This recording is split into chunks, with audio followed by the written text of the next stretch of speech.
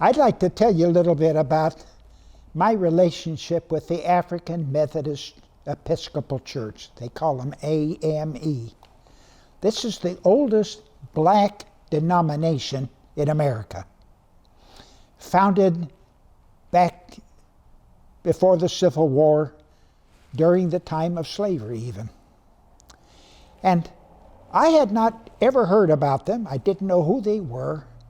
But I remember one day I was at an interfaith meeting, and one of the things, the announcement they made was that there was a black church that had lost their place of worship, and wanted to know if anybody had some ideas about some sanctuary, some church who would maybe share their worship facilities with them so they'd have a place to worship. So I went home that day with a little bit of a burden on my heart. And I thought, maybe there's some way I could help them. And so I prayed about it that night. And I went to bed that night and thought about it and thought about it. And I just couldn't find anything. First I thought, maybe there's some way that I could find some place in the Church of Jesus Christ of Latter-day Saints, different facilities in Orange County, that I might be able to find a place for them. But our buildings are all two-blocked. We've got 4 and 5 and 6 and even 8 congregations meeting in the same building, rotating service times. They're just two-blocked. They're just fully taken. And I thought of our places where we do service for the poor, and we have warehouses. We could find a spot in a warehouse they could meet. So I prayed about it, and one night I had a little dream. And I dreamt about them worshiping in another building. In every college and university, the Church of Jesus Christ of Latter-day Saints has a building, normally on or close to campus, and it's called the Institute of Religion. So instead of having clerical schools, we use our public education system, and then we have buildings assigned to them so that the individuals who attend there that are members of our faith can have the opportunity to get their education at the facility and then go to this little building and have their social and religious education and their interrelationship with each other. It was a perfect match. Well, these buildings are heavily used every day of the week. But on Sundays, all of these youth meet in their normal churches, their normal worship centers, and their normal wards. And so they don't come to this particular, so it's vacant on Sunday. So I thought, would that it be even possible? And of course, these were days when our faith, remember we talked about in our last interview, the fact that our faith has a history of being persecuted, and because of that persecution has tended to be a defensive church. They have circled the wagons and just protected themselves against all of the attacks coming from the outside. Well, for many years, we were in that position. And so I was finding opportunities to maybe break through that paradigm. Because today we're not attacked. We're not liked in a lot of cases, but we're not attacked. And so I went to the leader of that Institute of Religion in Costa Mesa, Jack Briggs, and I said, what do you think about this? We could let this black church, who had never met yet, remember, I had no idea how big they were or anything else, what if we could let them use our facility on Sundays for worship? And he said, you know what? I don't see why it's vacant now. And if we can let somebody use it and get some good out of it on a Sunday, let me check it out. Well, I thought the chances of that happening were very small. But one day, I had a guy come from me and he says, you know, maybe we can make this thing go. So I said, I want you to set up a meeting with this group. Remember, I had never met them. So I did some checking around, and I found out that they were a small satellite organization out of the First AME Church in Los Angeles called FAME, First AME, F-A-M-E.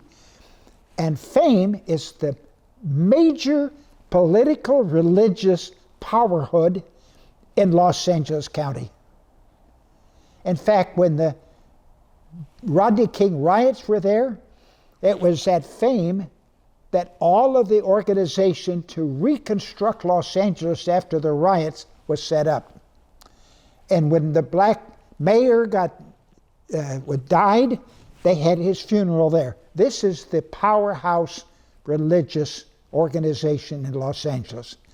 So I contacted them, and I said, I don't know whether I've got something that would work for you, but I'd like to talk to you about it.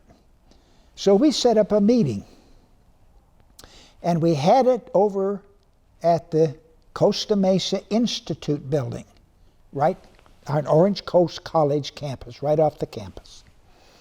And we met there, and I remember the event just like it was yesterday. There was like 5 or 6 black pastors there, and the stake president and our institute director, and we were all in this building in this small room together. And the stake president's an attorney, so he knew the legal elements of this. So they were sitting there, and he was beginning to describe maybe what we could do. They got a tour of the facility. It was just fine for them. Their group was maybe 20 or 30 people that meet every Sunday. No problem. We would take one of the big rooms. They would empty it of all the chairs in there. They would bring in their railings and all of their paraphernalia, their crosses, their podiums, their icons, all the things that were there, and they would bring it in and set it up like it was one of their churches. Well, it worked out just fine and so forth. So after this meeting together, we were sitting there, and he explained, this is 2 hours long, and he was explaining all the things we were doing, and we turned to the black ministers, and they were sitting there kind of quiet, and but very receptive, and we could see that something was still on their minds. And so I said, well, tell us, what are you thinking? He said, well, what is it going to cost? And I remember the stake president said, oh, I'm sorry, I should have covered that. There's not going to cost you anything. They said nothing, and believe me, it was like the hallelujahs and praise the Lords, and they were standing and crying, clapping, hugging. And so we knelt in prayer around this desk, and each of us took turns saying a few words, and it was a really heavy-duty spiritual experience to see the appreciation of these individuals who, for no cost, were going to have a place to meet every Sunday. And they worshiped there every Sunday. We emptied a closet for them, found another place to put all the stuff in it so they could put all their paraphernalia in it, lock it up to keep it safe. And then every Sunday they could come in and open it up, and they were told how to turn the heat on and all this stuff. They're not even paid any rent, no utilities, no expenses of any kind. They would just make it clean when they left. And they invited me to be there for their services. Well, about every 3 weeks I would come and worship with them. They would make me sit on the stand. They would have me speak. And it was really quite. And the AME Church is a very vocal, emotional, evangelical experience, okay? And I was a part of that for almost 2.5 years.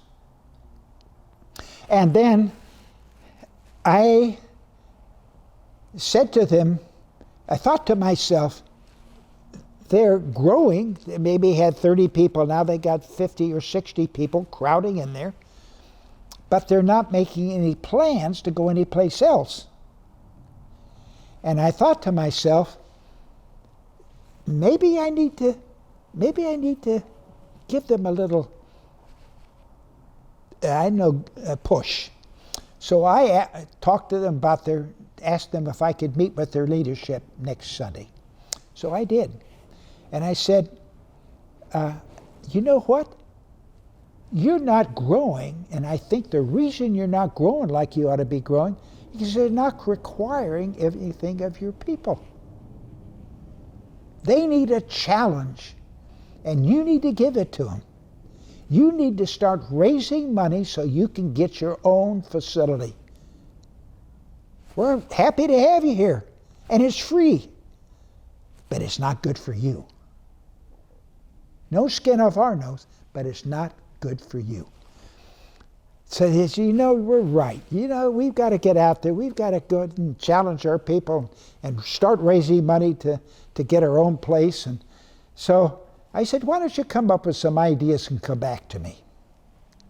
So they did. 2 weeks later, they said, Bishop Tom, we're ready to meet with you. I said, okay. So they met with me, and I said, what are you going to do? He said, well, we really appreciate your getting us some ideas. We'd like, what we're going to do is start to raise the money. I said, that's great. What are you going to do? He said, well, the first thing we're going to do is have a big luau. I said, a luau? I love that. Okay? When I was a bishop, we had 300 Samoans in my ward, 180 Tongans in my ward, and boy, let me tell you, they call them fia-fias, which is the same as a Hawaiian luau. And we would have these things a couple times a year, and I mean, we're talking about big time, okay?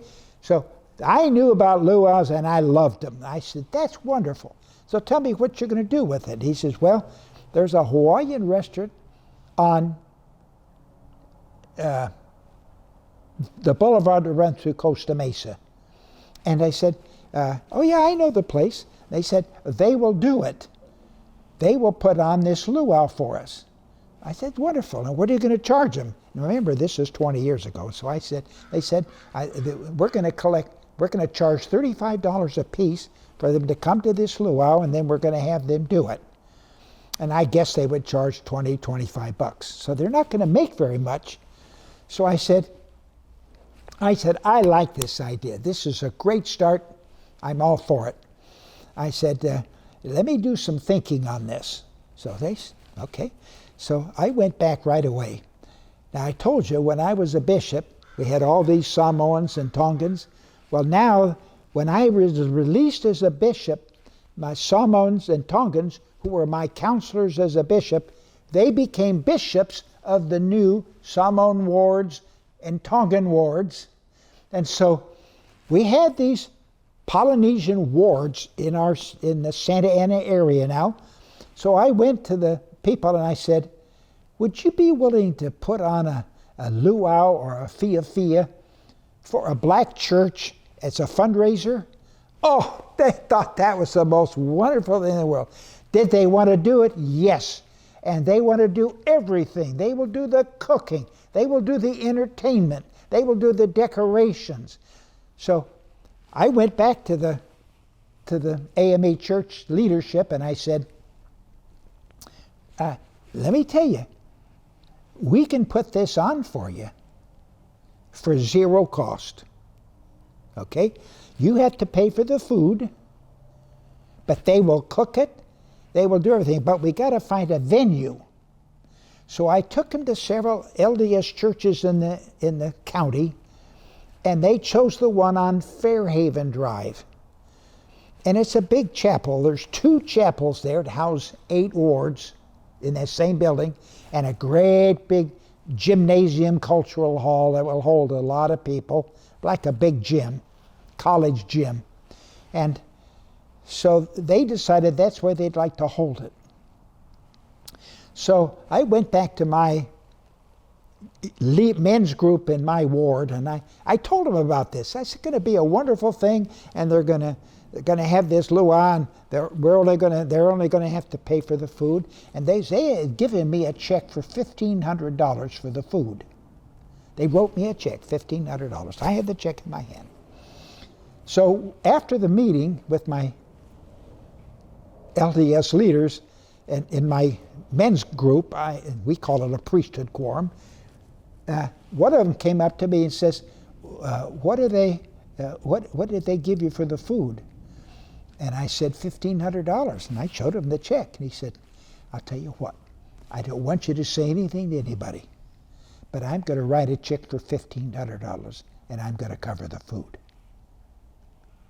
So here I had now 2 checks for $1,500.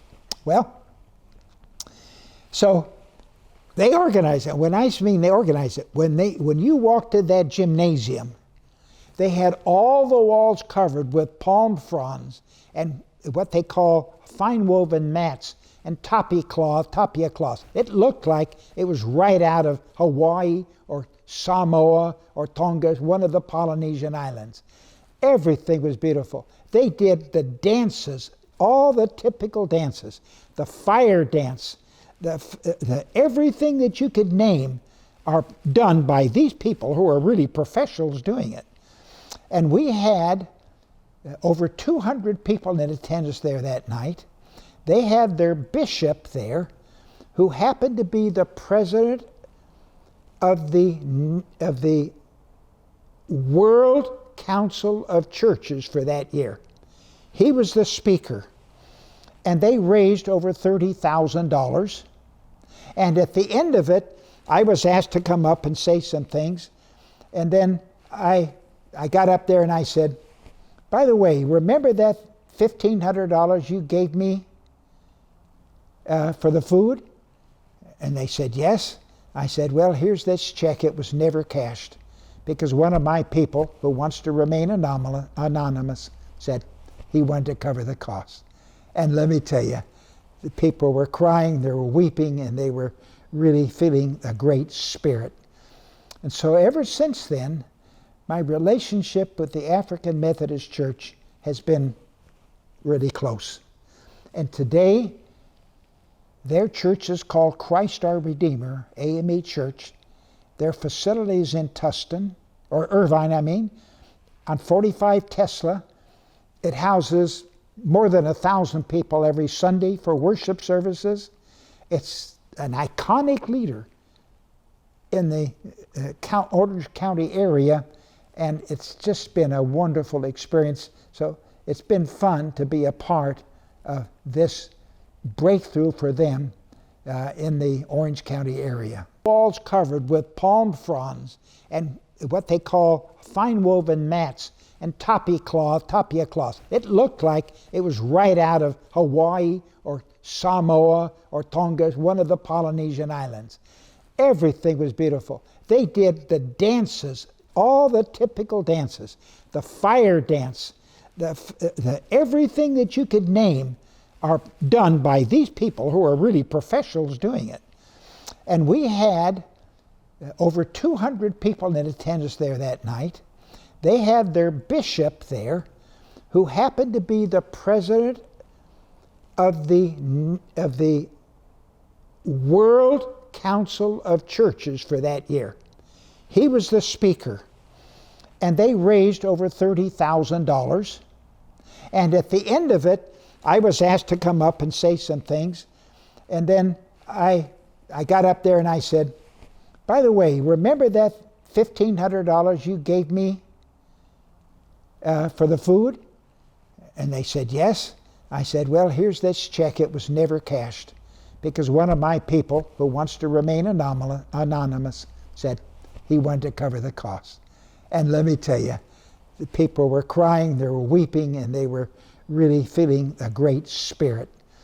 And so ever since then, my relationship with the African Methodist Church has been really close. And today, their church is called Christ Our Redeemer, AME Church. Their facility is in Tustin, or Irvine, on 45 Tesla. It houses more than 1,000 people every Sunday for worship services. It's an iconic leader in the Orange County area, and it's just been a wonderful experience. So it's been fun to be a part of this breakthrough for them in the Orange County area. This story I'd like to tell you is really first to introduce you to a man named Dr. Mazam al-Siddiqui. Dr. Mazam al-Siddiqui was the president of the Islamic Society of North America.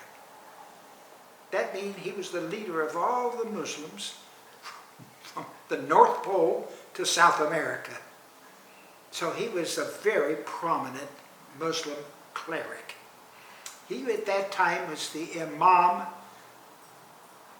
of the Islamic Society of Orange County, housed in the mosque in Garden Grove, the largest mosque west of the Mississippi. And one day I was at his home. It was prior to Ramadan. It was in Garden Grove, a modest but very lovely home. And I could tell, we had a group of maybe 30 people there, and I sensed that he had things on his mind.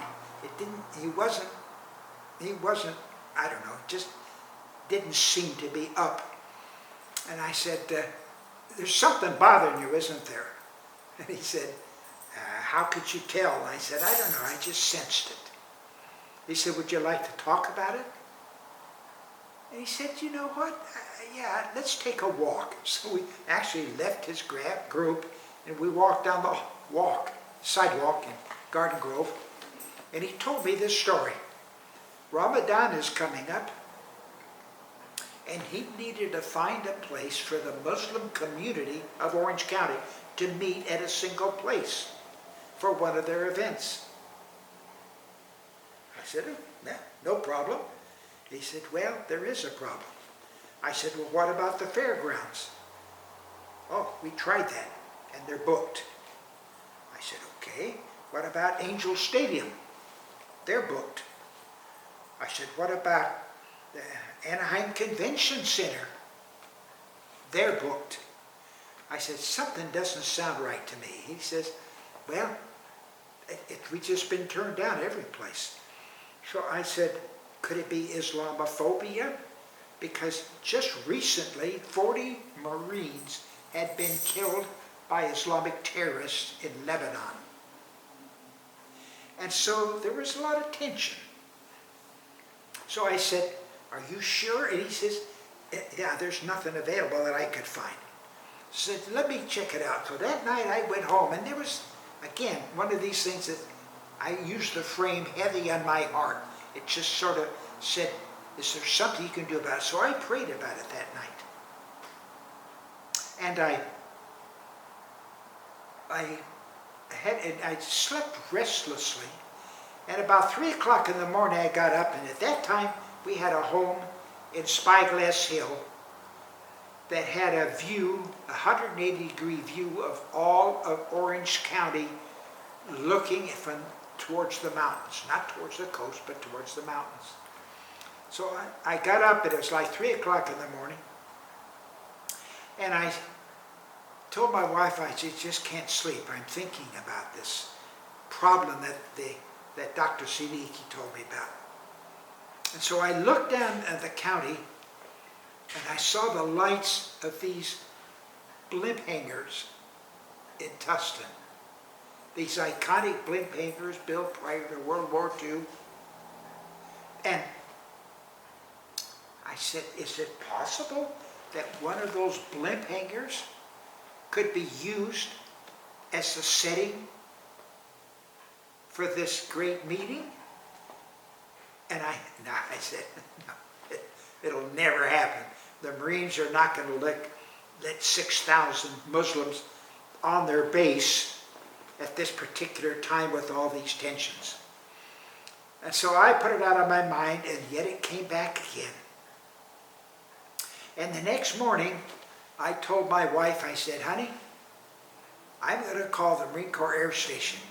Now, I served in the Marine Corps. I was a captain. I was an aviator. I was stationed at El Toro. I knew the Marines. I knew the language. I knew the Semper Fi's. So that next morning at 8 o'clock, I called the 3rd Marine Air Wing, and I said, let me speak to the chaplain's office. And it rang through, and I guess some corporal answered the phone, and I says, what's the chaplain's name? And he's a Navy captain, so that's the same as a Marine colonel, and his name is Tom Atkins. I said, okay, is he in?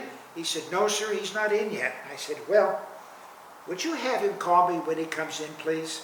I said, it's very important. Now, we didn't have much time. We were only like a month away. So I waited, and he didn't call me that day. And so the next day, I was going to call him, and all of a sudden I get this call. And I didn't know what I was going to say to him. I didn't have a script. I wasn't prepared. So I get this call. He says, this is Captain Atkins from the 3rd Marine Air Wing. I'm the chaplain here. I said, oh, yes, sir. I've been expecting your call. He said, is this Captain Thorkelson? I said, well, I'm not acting as a captain at this point, but this is Tom Thorkelson. He says, okay, what can I do to help you? I said, well, I didn't have any idea what I was going to say. So here's what came out of my mouth.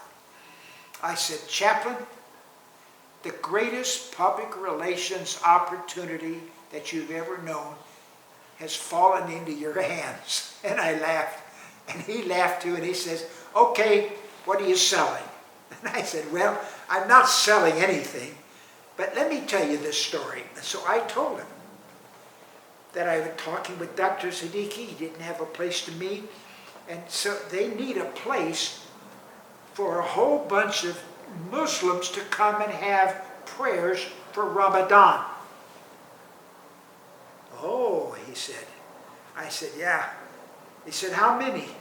I said, there could be 6,000 to 10,000. And I said, that's why we need a space. And remember, they don't need an auditorium. They need a place to lay rugs so they can pray and have their Ramadan prayers. And so he said, there was a big pause. And I said, Chaplain, you're the chaplain for the Muslim Marines as well as, he says, Captain, you don't have to tell me what my job is. No, he was slapping my hands. And I said, oh boy, I made a mistake. I said, sir, please forgive me. I'm not trying to be discourteous. He laughed and he said, no problem. He said, let me check it out. So I said, okay, get back to me as soon as you can, because I had a date for him, which is about a month away, maybe 4.5 weeks. So I didn't get a call the next day, and I was very nervous about it. And then I got a call the next day. He said, well, it might be possible. I said, oh, wow. He says, but there's 3 caveats. I said, okay. I felt like the sword of Damocles was hanging over, and it was not going to happen. So he said, well, the first thing is, we've got to not just say Muslim Marines are invited, that any Marine who wants to come and observe can come. So the invitation can't be limited to just Muslims. Well, I knew that was okay, because they would invite people to come and observe that are not members of their faith. So I said, oh, I can answer that. That's a go. There's no problem there.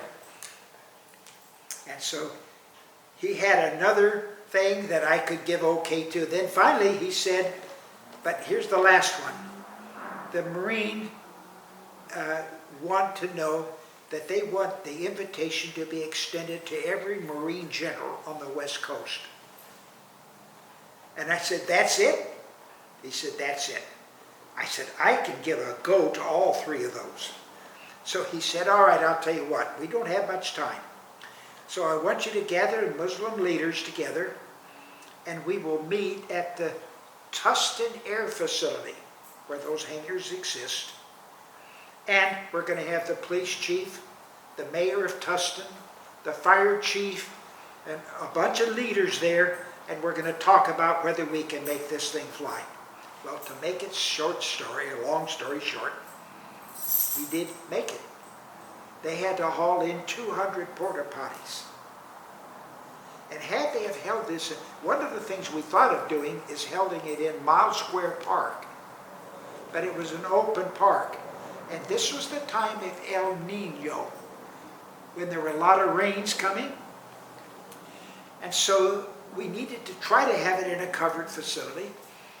And by the way, it ended up that 12,000 people came for prayers, almost twice as many as they expected. It rained cats and dogs. It was a big muddy area, but everybody got there. Everybody was dry. Everybody had a chance to pray. And they had CBS, ABC, NBC, Fox News, CNBC, everybody, all the different things were there, the Times, the Register, New York Times, all of these newspapers and television studios were there to cover the thing. In fact, I was interviewed, and I got a call from a friend of mine who happened to be serving a mission in Spain. And he called me and he said, I saw you on CBS News today. I said, oh, I had no idea that this was going to happen. But that day, we set a standard of helping the Islamic community that has never been forgotten. And since then, I have gotten invitations from all over the world. I've had 4 wonderful trips to Jordan, to Israel, to Syria, to Lebanon, to Turkey, to Egypt, all because of the experience I've had because of this door that was opened in 1999 or 1998 because of this experience of opening that door with the Muslims in the iconic blimp hangars in Tustin. Now it's because of this relationship with my Islamic friends that has turned into be something a lot more than just that one experience. I was invited to an iftar. An iftar is the closing of the holy month of Ramadan. And there they had a big group, maybe 200-300 people there. And I was introduced to the ambassador from Egypt. And we got a chance just to be briefly acquainted. And then about maybe 8 months later, I got a telephone. And he said, Mr. Thorkelson? I said, yes, sir. I said, this is, and he gave me his name. And I knew right away who it was, because he had this unusual name. And he said, I remember, I'm the Egyptian ambassador. Oh, yes, sir. I remember you from the iftar. He says, yeah, I didn't know you would remember me, but yeah. I said, well, what a surprise, and how nice to hear from you. And what in the world are you calling me for? He said, well, I have a problem. I laughed and I said, all right, tell me what your problem is. He said, well, President and Mrs. Mubarak of Egypt have designated a date for something they're called Children on the Nile. And I said, okay, tell me about it. And he said, well, we're inviting a group of about 10 youngsters of maybe grade school age to come to Egypt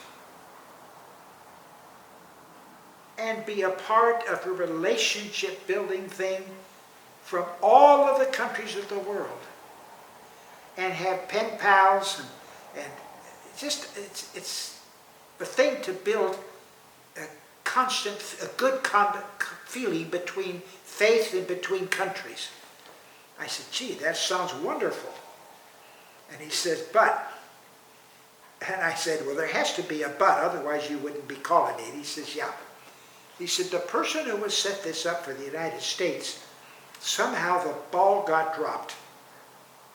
We've got people coming from Sweden, from Tokyo, from Australia, from the islands of this ocean, but we don't have anybody from the United States coming. I said, well, when is this thing set for? And he said, September, the second week in September. I said, wow, that's only a few weeks away. He says, yeah, that's my problem. Well, I said, you know, Mr. Ambassador, it's funny that you should call because I might be able to help you. He said, tell me. He says, I happen to be an insurance broker. And it so happens that the Santa Ana Unified School District is my client. And also the Garden Grove Unified School District. And also the Alamedas Unified School District in the area of Long Beach. And so I said, at least from these, I ought to be able to find you a group of 10 people who will come and sing in this event. And I said, but we don't have any time. How are you going to find it? He said, well, all of the others are raising the money for their trip. We're going to pay their expenses here for their 10 days in Egypt, but we are not going to pay their travel expenses. But he says, it's too late for you to raise the money, so the king and his wife have decided they're going to pay your expenses. So you won't have to raise the money, but you got to find the students. I said, okay, tomorrow morning I'll start working. Now remember, we didn't have much time. So I went to the Santa Ana Unified School District. Now this is summertime, so they're not in regular sessions. And I went to them. At first I told them, they're going to get a free trip to Egypt for 10 days. What a great opportunity. And they were as enthusiastic as I was. And then about 4 days later, they called me back and said, we got a problem. I said, oh. He said, the board of directors of the school district, what do they call it? The school board. The school board says it's too dangerous. And we don't think we can accept the liability. And plus the fact that it's the second day of school, and they're going to miss that whole week. And it will cost us the revenue that we get from their attendance and everything. But the primary thing is the danger. And we can't say that we're going to do this as a school district. I said, oh, wow. So right away, I caught a hold of the Garden Grove District, went through my spiel. They were just as enthusiastic, but they came back with the same thing. I got the same thing from the school district in Long Beach. And so I called the ambassador, and I said, Mr. Ambassador, he laughed. He said, you're having a struggle, aren't you? I said, well, sir, it's not as easy as I thought it was going to be. He said, well, if it was easy, I could have done it myself. So I said, but I think I have an idea for you. He says, I have 10 kids that are my grandchildren that are in that age bracket. And I could get them to make that trip. And he said, they're all from the same family? I said, yes, sir, but my family is very diverse. I have a daughter married to a black. I have a daughter married to a Mexican. I have a daughter married to a Samoan. I have a son married to an Argentine. So none of these kids look like they're from the same family. Though the diversity is built in. They're black and brown and so forth. You're not going to look like they're from the same family. And so he said, well, he said, let me check on it. So he came back the next day and he says, okay, it's a go. I said, okay, what do we need to do? He says, well, there's one other thing.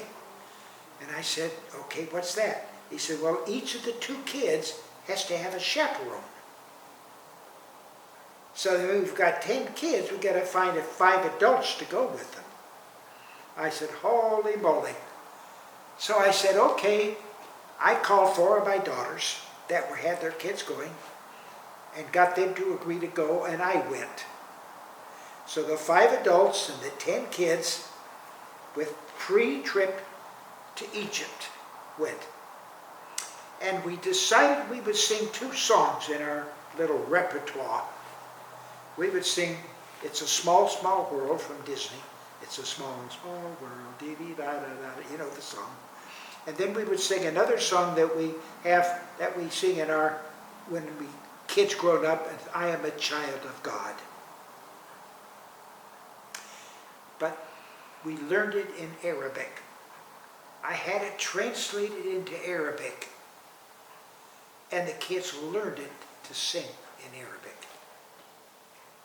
So the day we left on the airplane, they all met at LAX, and in those days, they didn't have the same kind of restrictions. This is 20 years ago.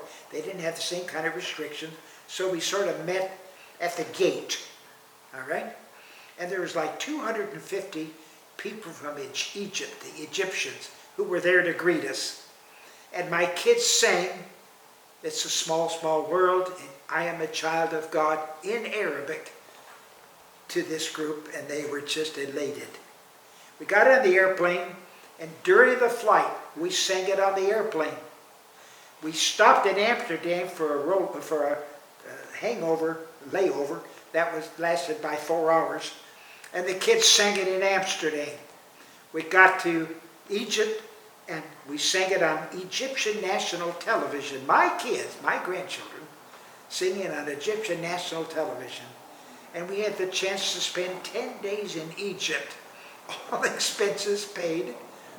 And it was the most wonderful experience. The gold exhibit, the one where Tutankhamun is and so forth, was closed for restoration. But President Mubarak opened it up just for my 10 kids. So we got our own private tour of the Gold Museum. We rode on camels and donkeys to the pyramids and the Sphinx. We got there at 4 in the morning before light. They had camels there for us. Can you imagine my kids riding camels? All right, and the donkeys, they had about 7 camels and 4 donkeys, 5 donkeys. So we rode all of them. We rode until about 10 o'clock, I was saying. And it's hard riding a camel. I just want you to know, it's not like you're sitting in a easy chair. So I said to the guy, are we ever going to see the pyramids? There was a great trip. We weren't bored.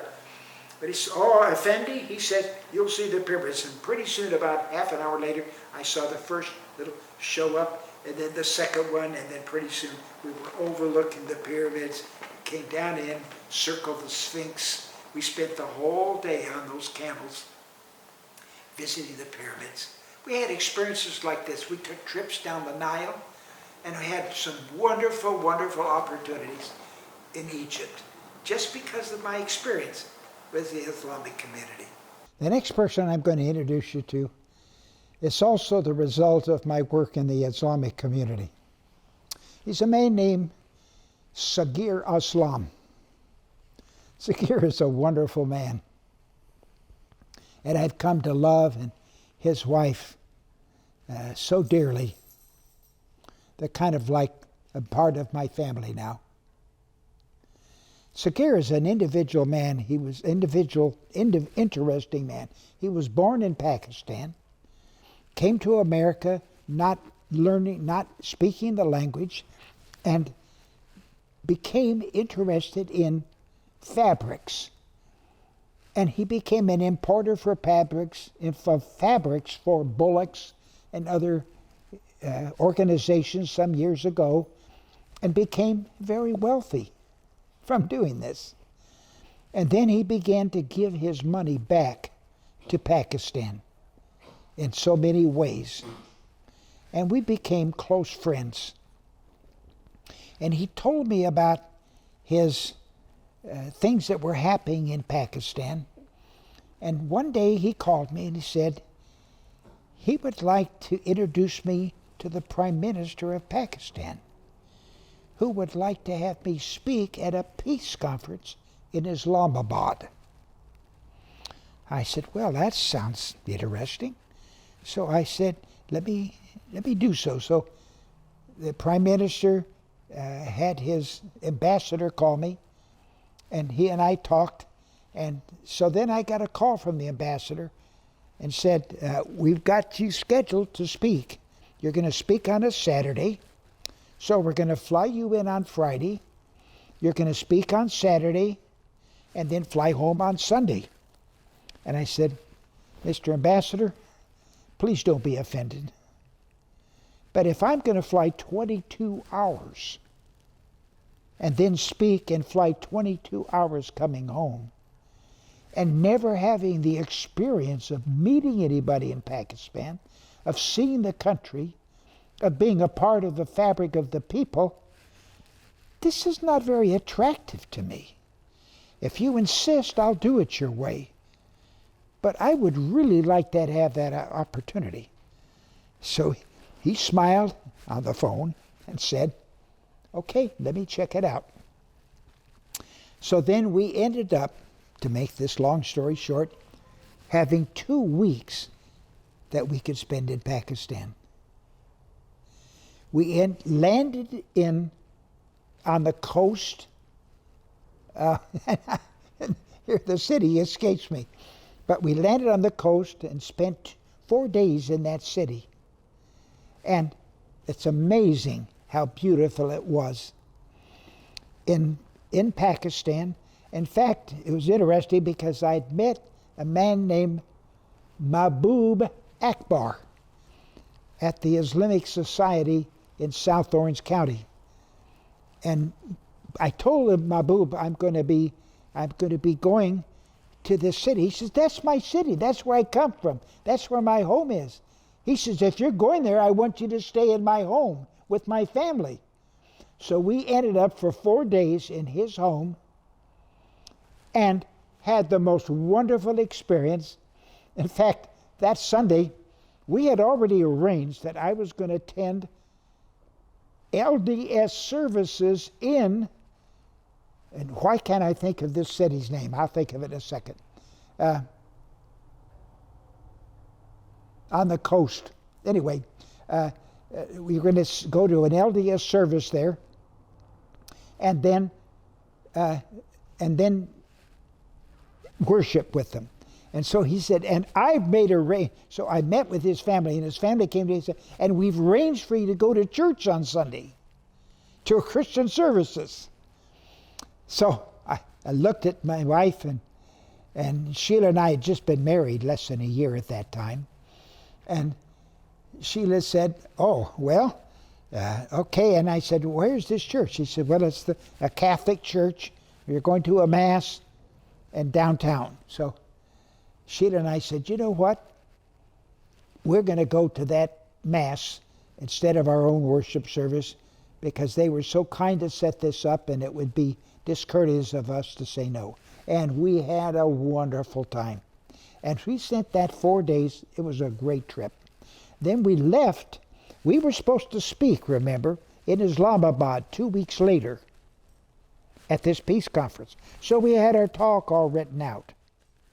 So we were driving about 4 hours later. We were driving, it was maybe 2 o'clock in the afternoon. And I asked the host, I said, we were in a kind of a bus. We had guards with machine guns behind us and one in front of us, just as a kind of a little convoy. And so we didn't feel in danger at all, but, you know, there's some tension there. And so I said, where are we going now? He said, we're going up this hill, and at the top of this hill was this big building. He says, oh, well, this is where you're going to speak. And I said, speak? I said, what do you mean speak? He said, oh yeah, you're going to be speaking here. I said, nobody told us that we were going to speak. We thought we were going to only speak in Islamabad.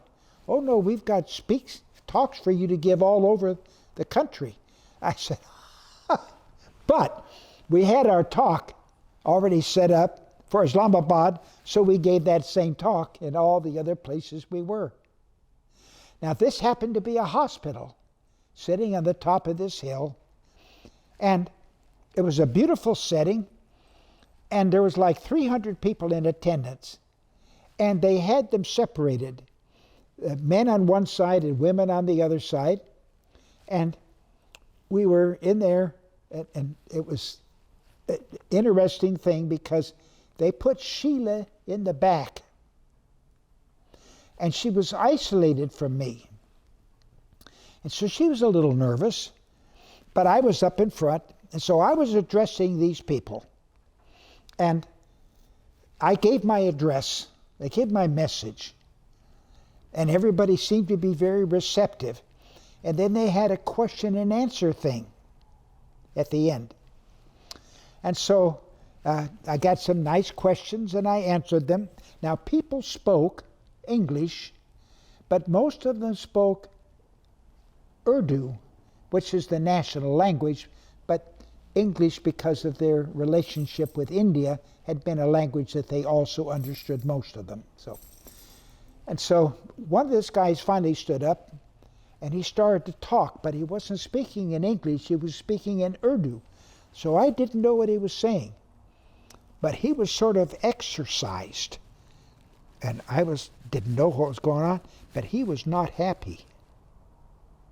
He was going like this, and he was thinking things, and pretty soon somebody over there stood up and started talking to him, and he talked to them, and then somebody back in the other corner started to talk.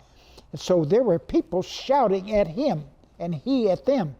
And so I looked at my host, and I said, "What's going on?" He said, "This man doesn't like what you said, and these people are angry at him for mistreating you." But Sheila's sitting in the back there. She was thinking, uh-oh, we got a problem here. And she was looking for the exit. And I would say, I didn't know what to do. So they started talking a little bit, and they explained to me finally that he was unhappy with the fact that I said, we are children of God. He says, the Holy Quran says, we are creations of God, not children of God. That was what he was angry about.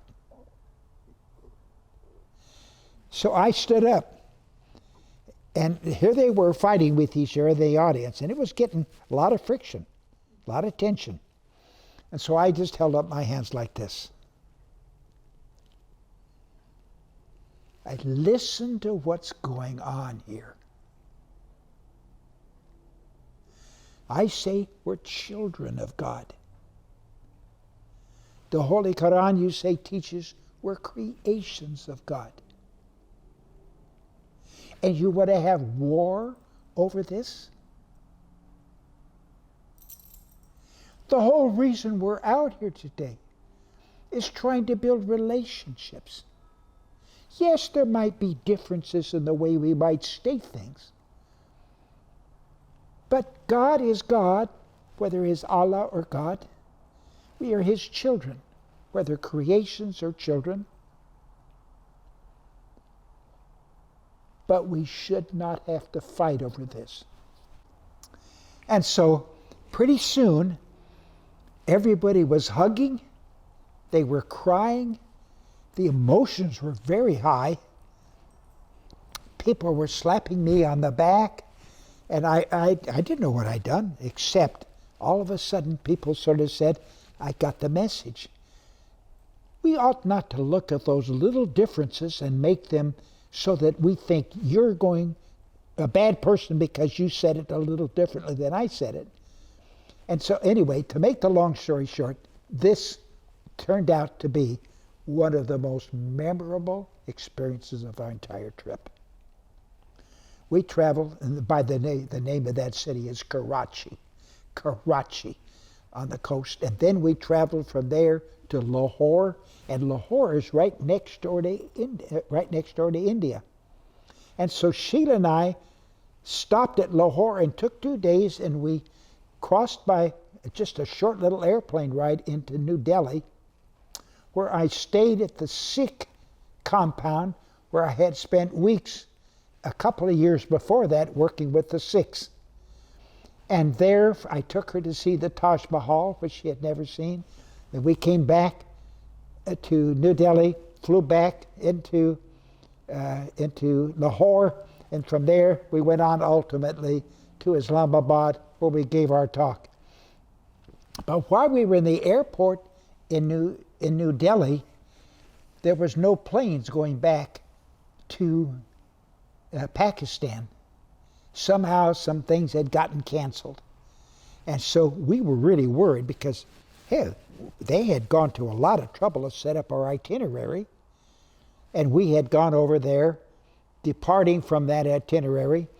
And so we were very worried. And so Sheila, while we were in the airport there, Sheila saw some people who were arguing over there, and she literally walked over to them. Now, for a woman to walk over to some Muslims as a stranger and talk to them is not consistent with their paradigms.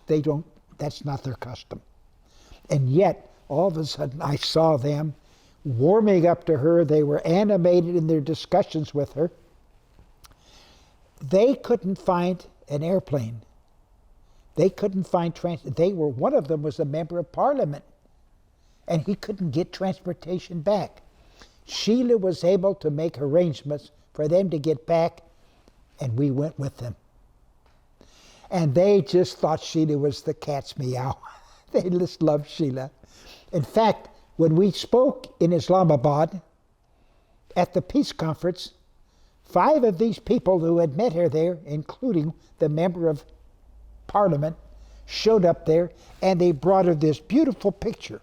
I mean, it's this big. And the bottom of it, it says, Sheila G, Sheila -Ji, and J-I-G was an indication of a love or appreciation for her. It was a symbolic thing that she had been a very good friend to them to get them back into the country. So we have had, by that time and afterwards, we were able, through contacts that I made in India, to set up in Pakistan 5 eye clinics. We donated ambulances. We donated thousands of dollars of goods for the resources in both Pakistan and India, including ambulances, for the purpose of helping to fund the girls' orphanage that Sagir Islam had set up. So it's just been a wonderful gathering of blessings in all the experiences I've had there.